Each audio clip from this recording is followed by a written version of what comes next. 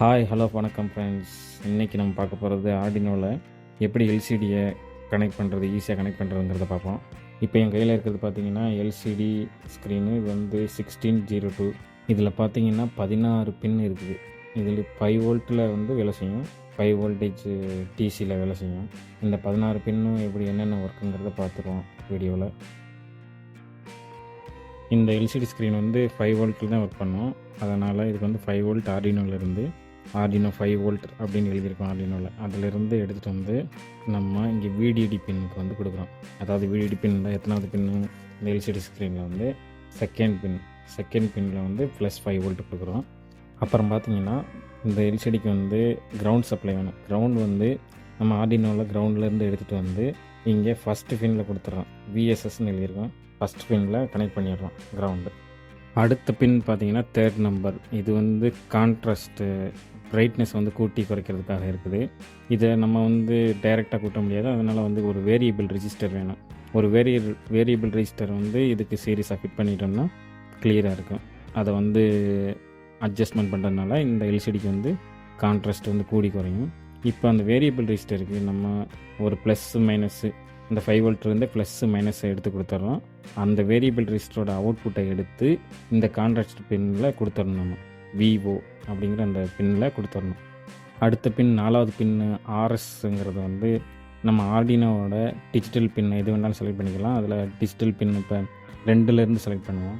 இப்போ டிஜிட்டல் பின் 2லேருந்து இங்கே வந்து சப்ளை எடுத்துகிட்டு வந்து இந்த ஆர்எஸ்ங்கிற பின்னில் வந்து கனெக்ட் பண்ணிடணும். அப்புறம் அந்த 5வது பின்னுக்கு வந்து ஆர்டபிள்யூன்னு போட்டிருக்கலாம். அந்த 5வது பின்னுக்கு வந்து நம்ம வந்து கிரவுண்ட்லேருந்து சப்ளை எடுத்துகிட்டு வந்து அதை கனெக்ட் பண்ணிடணும், கிரவுண்டோட கனெக்ட் பண்ணிடணும். அடுத்து இருக்கிற பின்னான எனபிள் பின் ஈங்கிற பின் வந்து நம்ம வந்து மைக்ரோ கண்ட்ரோலர்லேருந்து டிஜிட்டல் பின்னில் 3ல் கனெக்ட் பண்ணிடுவோம். 3ல் கனெக்ட் பண்ணிவிட்டு இங்கே வந்து நம்ம 4 பிட்டு தான் வந்து டேட்டாவை யூஸ் பண்ணுறதுனால இது வந்து அடுத்து இருக்கிற T0, T1, T2, D3 வந்து யூஸ் பண்ண போகிறதில்ல.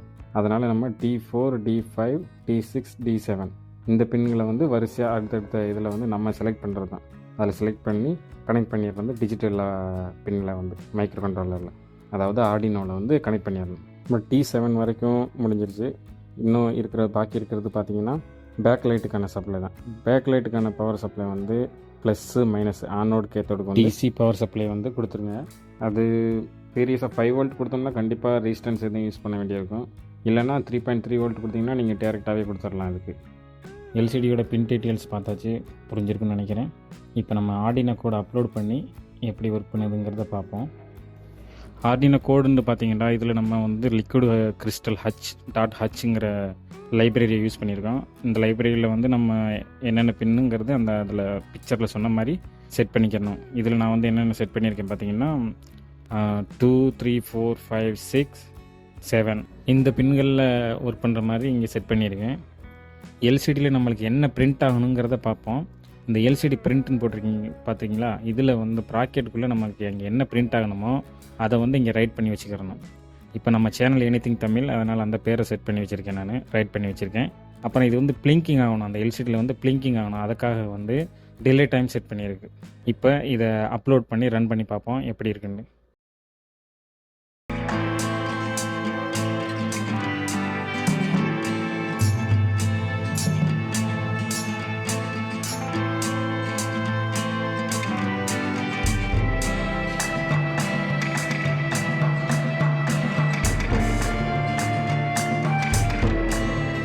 எல்சிடி பிரிண்டில் வந்து தமிழ்ங்கிறத டெலீட் பண்ணிவிட்டு இப்போ எனிதிங் அது மட்டும் வச்சு பார்ப்போம். இங்கே என்ன பிரிண்ட் ஆகுதுன்னு பார்ப்போம். அதில் நம்மளுக்கு என்ன வேணுனாலும் ரைட் பண்ணி நம்ம இங்கே பிரிண்ட் பண்ணிக்கலாம்.